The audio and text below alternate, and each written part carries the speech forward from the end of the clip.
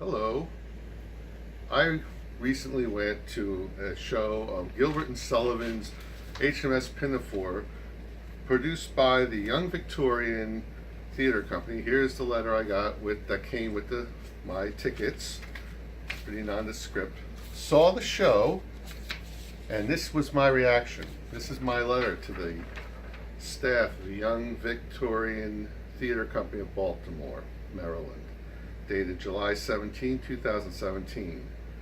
I write to express my dismay with your 2017 production of HMS Pinafore.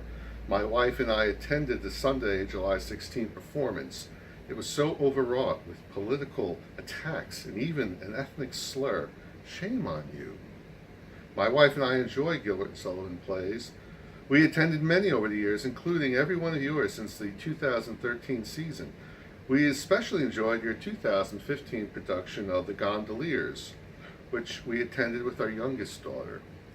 Our attendance this year owed in no small part to this show's featuring Gabrielle Demers, who was so amazing in The Gondoliers. She is an incredible talent, and so the current production was all the worse for it having ruined what should have been a very enjoyable experience of her performance.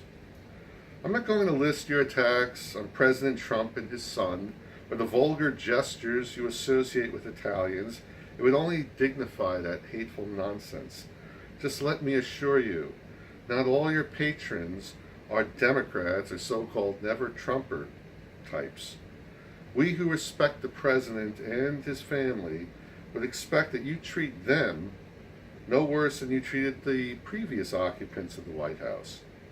That doesn't seem much to ask for, especially from what's supposed to be a tax-exempt organization, which by law must be nonpartisan. Also, as one whose DNA originates entirely from Italy, I can testify that I have never felt the need to make vulgar hand gestures to express myself.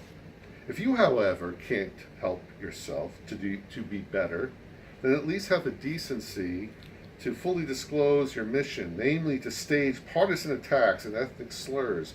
And while you're at it, renounce your tax-exempt status and disassociate yourselves from Gilbert and Sullivan's masterpieces. I don't expect to hear from you. That would take humility and class, which given your current production are qualities you lack. But if I'm wrong, then please return my $84. That apparently is what we paid to be insulted by you. But if I'm wrong, okay. We'd also like to have our Sunday and all the wear and tear on our car back. Be that as it may, the worst effect of your show is not the loss of our time and our resources. It is the nasty and ugly feeling you have attached to Gilbert and Sullivan. For us, it will linger like an awful memory of a painful experience.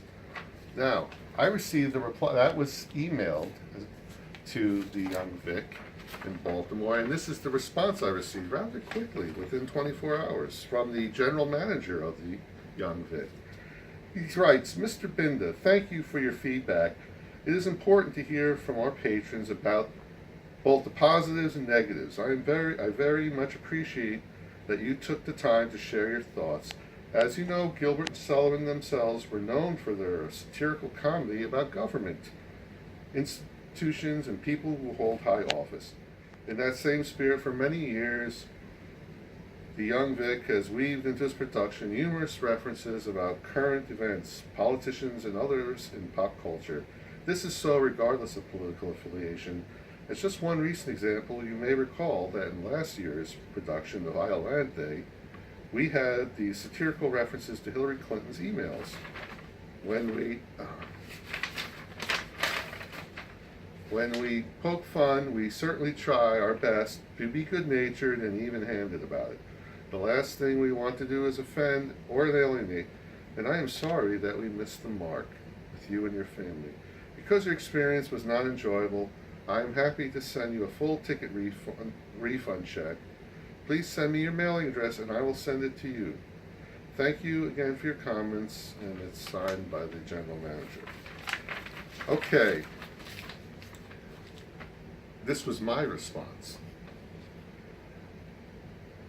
to the general manager of the Young Vic. I do recall the reference to Hillary Clinton's emails.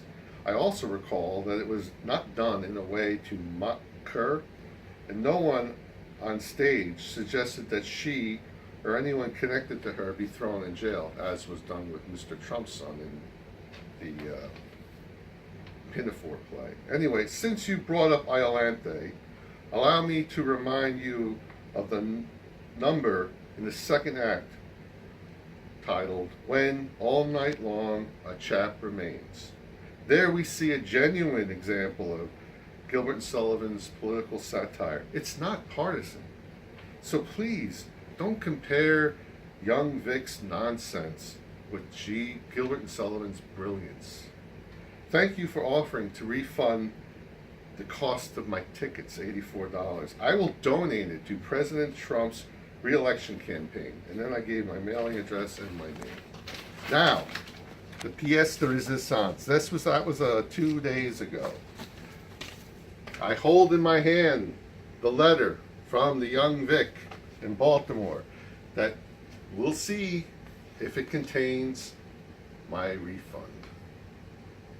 Okay, using the very appropriate letter opener like they use in Gilbert and Sullivan's days.